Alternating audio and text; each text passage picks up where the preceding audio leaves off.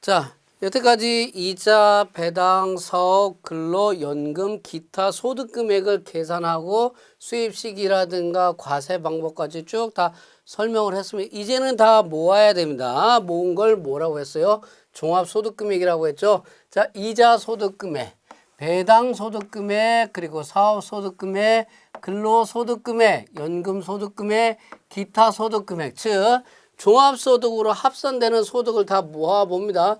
여기서 물론 당연히 비과세되는 거, 분리과세되는 건 다 빼고 계산하는 거죠. 이자, 배당, 사업, 근로, 연금, 기타 종합소득으로 과세되는 것들을 다 모아서 합산을 하면 이것이 비로소 종합소득금액이 될 겁니다. 자, 이때 종합소득금액이 될 때 결손금과 이월결손금 처리 부분이 나오는데요. 그거 하기 전에 자, 회계상으로 보면 수익에서 비용을 차감을 하면 우리는 이익이라고 얘기를 했어요. 맨날 이런 거 갖고 얘기를 해요. 이 기본적인 사항만 알면 모든 게 다 풀린다는 얘기니까.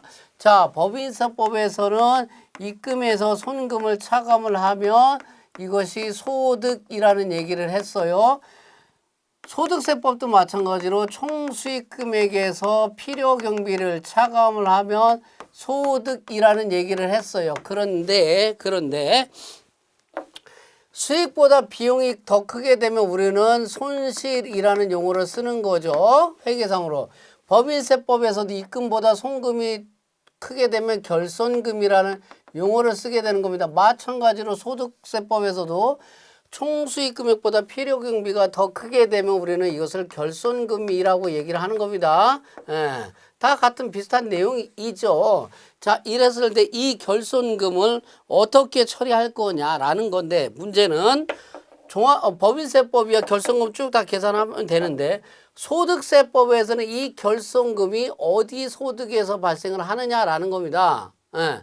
즉 총수익 금액보다 필요 경비가 더 큰 경우에 결손금이라고 얘기를 하는데 이 결손금은요 여러 가지 소득이 있는데 이자 소득이 있고 그 다음에 배당 소득이 있고 그 다음에 사업 소득 그 다음에 근로 연금 기타 소득 6가지 소득이 있어요. 그렇죠? 그런데 이자 소득과 배당 소득에 대해서는요 필요 경비라는 걸 인정을 안 해주죠. 응? 오히려 배당소득은 귀속법에서 플러스 과산하는 게 있죠. 이자와 배당소득의 경우에는 필요경비라는 걸 인정을 안 해요. 따라서 결손금이 발생될 여지가 없습니다. 근로소득과 연금소득의 경우에는 필요경비를 인정을 하는데 필요경비 자체가 아니라 필요경비적 성격을 인정하죠.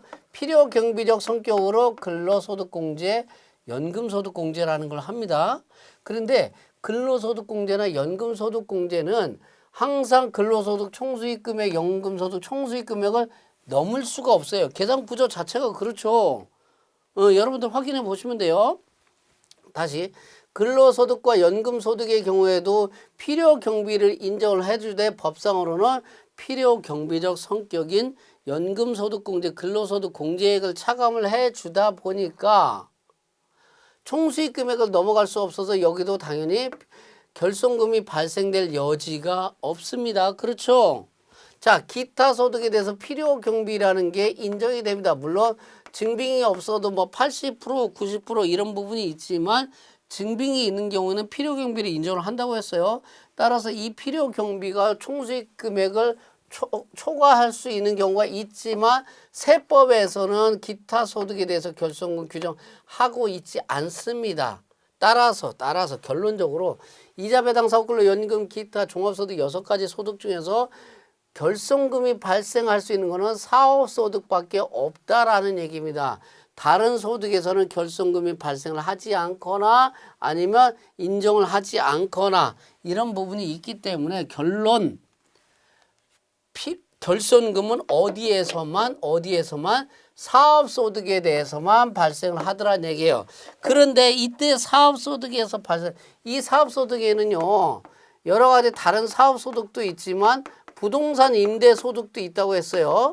부동산 임대소득과 다른 사업소득은 구분해서 회계 처리를 좀 해줬으면 좋겠다라고 얘기를 한 건 뭐냐면 결손금 공제 문제 때문에 구분해야 된다고 제가 사업소득 할 때 설명을 했는데, 만약에 이 사업소득에 대해서 발생한 결손금이 있다면, 사업소득에서 발생된 결손금이 있다면 다른 이자라든가 다른 배당, 다른 근로연금, 기타 소득에서 공제를 해줘야 되잖아요. 이것을 결손금 공제라고 하는 겁니다. 다시, 자, 결손금은 뭐라고 하냐면 총수익 금액보다 필요 경비가 더 큰 경우에 되는 거고, 이게 2월이 되면 2월 결손금이라는 용어를 쓰는데, 여하튼 우선적으로 당해년도에 결손금이 당연히 사업소득에서 발생하는데, 이 사업소득에서 발생한 결손금을 다른 소득에서 까줘야 돼요. 그렇죠?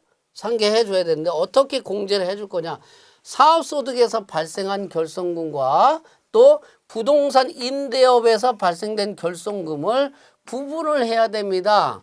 자, 사업소득과 부동산 임대, 다른 사업소득과 부동산 임대소득은 구분을 해줘라. 왜? 결손금 공제 때문에. 구분해서 회계 처리해달라고 했어요. 그때 이 사업소득에서 발생한 결손금, 여기에는요, 주거용 건물 임대업을 포함을 합니다. 즉, 여기서 사업소득에서 구분하는 거는 사업소득과 여기 부동산 임대소득, 부동산 임대소득인데, 이 부동산 임대소득은 비주거용 부동산 임대소득을 얘기합니다. 비주거용, 즉 주거용 건물 임대업은 이쪽으로 올라갑니다. 주택임대사업을 지원하는 취지에서 사업소득에서 발생한 결손금은 크게 두 가지로 구분합니다. 사업소득 중 부동산 임대업에서 발생한 결손금과 부동산 임대업, 이 부동산 임대업은 비주거용 건물 임대업에서 발생한 결손금만 얘기합니다.